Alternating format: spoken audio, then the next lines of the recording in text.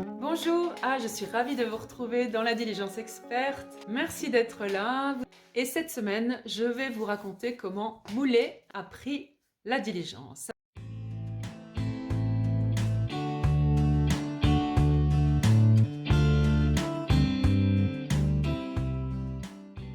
Ça faisait des années que Moulet me disait qu'il écrivait, mais sans plus de détails. Un jour, il m'appelle, me dit « Voilà, j'ai terminé mon roman. Est-ce que tu veux jeter un œil ?» Quel œil je jette? L'œil amical ou l'œil de la correctrice? On a d'abord discuté et on a décidé ensemble qu'il m'enverrait les 12 premières pages de son roman. Il m'a précisé que son écrit entier venait d'être corrigé une première fois par une amie. Une décision que nous avons dû prendre avant et que je prends avec chaque auteur, c'est la manière dont la personne désire que je fasse apparaître les corrections dans son texte. En gros, j'ai deux possibilités, il y en a certainement d'autres, mais j'utilise deux techniques, c'est-à-dire la première, j'écris directement dans le texte mes corrections, je remplace les expressions erronées ou je corrige les fautes et je fais apparaître en rouge tout ce qui a été modifié. La deuxième possibilité, et c'est celle que Moulet a choisie, chaque erreur fait l'objet d'un commentaire en marge de l'écrit. Alors, soit le commentaire comporte simplement la lettre manquante ou le mot erroné, soit le commentaire, comme son nom l'indique, comporte un commentaire avec une question ou des propositions de correction. Donc j'ai reçu les 12 pages de Moulet sur lesquelles j'ai travaillé. Donc quand je travaille sur un court extrait, c'est assez rapide, le délai est très court, ça peut être moins d'une semaine, et je lui ai renvoyé son écrit. Je dois dire qu'il était assez rouge, ce qui a un petit peu surpris Moulet, puisqu'il pensait que cet écrit avait déjà été corrigé. Donc voilà, je referai une vidéo spécifique sur pourquoi se faire corriger par un professionnel, qu'est-ce que ça apporte. Si on a une amie qui est très bonne en orthographe et en grammaire, on peut très bien lui faire corriger. Est-ce que c'est suffisant? Donc je pense que je ferai une petite vidéo là-dessus très bientôt. Par la suite, comment est-ce qu'on a travaillé? Donc l'écrit de Moulet faisait à peu près 180 pages. Je l'ai lu et j'ai proposé une première correction, toujours en mode commentaire. Donc c'est assez long, mais ça permet vraiment de bien saisir la démarche de l'auteur. Parfois, si une erreur est récurrente, ce qui arrive souvent sur un écrit long, en mode commentaire, on ne fait pas simplement que de la corriger, de la remplacer, on fait réfléchir aussi l'auteur sur ces tics de langage, et ça existe aussi à l'écrit. Donc on a fait une première correction. Moulet a décidé de me laisser tranquille pendant un petit mois pour lui permettre à lui d'intégrer mes corrections dans son écrit.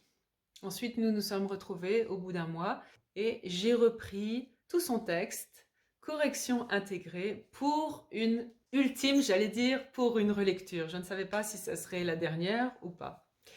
En commençant ma relecture du travail complet, donc que j'avais déjà fait une première fois en intégrant mes commentaires, j'ai vite remarqué que l'auteur avait, comment dire, complété un petit peu son écrit. Oui, il y avait de multiples ajouts, c'est souvent ce qui arrive entre deux versions.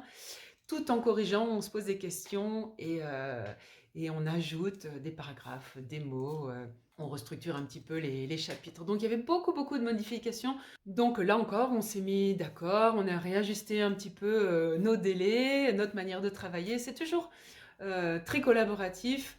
L'écrit évolue, c'est bien normal, donc on réajuste à chaque fois le temps dont on aura besoin et la manière dont on va travailler. Finalement, les corrections terminées, je refais une troisième et ultime relecture puisque les ajouts, je ne les avais vus qu'une fois, donc j'avais besoin de les voir au moins deux fois. Et puis là, quelques idées, quelques propositions me viennent, donc je propose à Moulet peut-être un petit sommaire, parce qu'effectivement, dans un roman, il n'y a pas de sommaire, pas spécialement, pas obligatoirement, mais là, c'est un roman très documenté sur une mine du nord du Maroc, et vraiment, je sentais que c'était nécessaire, donc je lui ai proposé. Il a accepté et j'ai mis en place ce sommaire. Voilà, c'est aussi un travail que je peux faire, un service que je peux rendre aux auteurs. Au Autre chose, Moulet avait intégré quelques photos, mais certaines étaient de piètre qualité. Et donc je lui ai signalé, je lui ai dit c'est dommage dans un si bel écrit de laisser des photos un petit peu floues et qui n'apportent pas grand-chose au récit. Et là, ça dépassait un petit peu mes compétences, donc j'ai fait appel à un ami qui est retoucheur de photos. Waouh, il nous a fait un travail exceptionnel. Donc ensuite, j'ai moi-même intégré les photos et inclus les espaces avec le texte, etc. Donc un travail encore plus collaboratif puisque cette fois nous étions 3 sur le projet. D'ailleurs, je vous mets en commentaire les coordonnées de Marc, notre super arrangeur photo.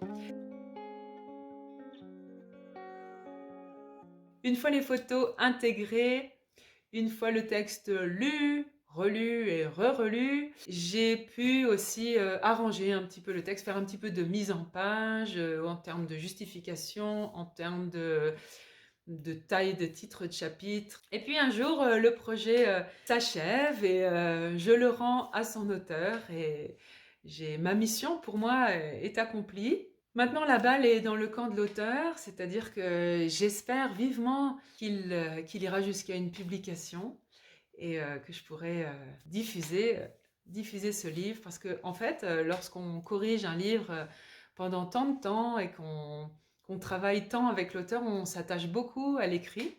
J'espère bientôt pouvoir mettre en commentaire de cette vidéo le lien vers le site où vous procurez le livre.